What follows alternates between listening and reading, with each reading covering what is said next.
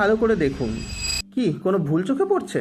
এটি বিশ্ববিখ্যাত footballer Johan ক্রাইফের ছবি। ছবিটিতে তিনি পরে রয়েছেন একটি অ্যাডিডাসের কিট। অ্যাডিডাস অর্থাৎ 3টি স্ট্রাইপ। ছবিটি আবার ভালো করে দেখুন, এখানে স্ট্রাইপ রয়েছে 2টি। তাহলে ব্যাপারটা ঠিক কি দাঁড়ালো? চলুন একটু খোলসা করে বলি। সালটা 1974। তর্ক সাপেক্ষে ইয়োহান ক্রাইফ সেই সময় বিশ্বের সব থেকে বড় ফুটবল তারকা। এই সময় তিনি বিখ্যাত স্পোর্টস ব্র্যান্ড পিউমার সঙ্গে স্বাক্ষর করলেন একটি এক্সক্লুসিভ চুক্তি, একটি এক্সক্লুসিভ স্পন্সরশিপ ডিল। ঠিক সেই সময়ে 1974 সালে ফুটবল বিশ্বকাপের আগে ডাচ ন্যাশনাল টিম অ্যাডিডাসের সঙ্গে একটি কিট স্পন্সরশিপ ডিল সাইন করে বসলো। এই স্পন্সরশিপ ডিলের শর্ত অনুযায়ী প্রত্যেক নেদারল্যান্ডস খেলোয়াড়কে ম্যাচ চলাকালীন অ্যাডিডাসের কিট পরে মাঠে নামতে হবে। আর আসল সমস্যা শুরু হলো এখানেই, কারণ ইয়োহান ক্রাইফ সেই সময় তার নিজস্ব যে স্পন্সর পিউমা, তার সবথেকে বড় রাইভাল অ্যাডিডাসের বিজ্ঞাপন আর কি বিনামূল্যে করতে চান। তো তিনি বেঁকে বসলেন এবং তাকে এই সময় এই কিট পরতে বাধ্য করা হলে পরে তিনি রীতিমতো বিশ্বকাপ বর্জন করার হুমকি অব্দি দিয়ে বসলেন। তো অনেক মিটিং এর পর আলটিমেটলি একটা আপোষে আসা গেল এবং আপোষটা মিটিং চলাকালীন কেউ একজন মজা করেই বলেছিল যে আমরা যদি 3 স্ট্রাইপের জায়গায় ক্রয়েফের জন্য একটা এক্সক্লুসিভ ডাবল স্ট্রাইপের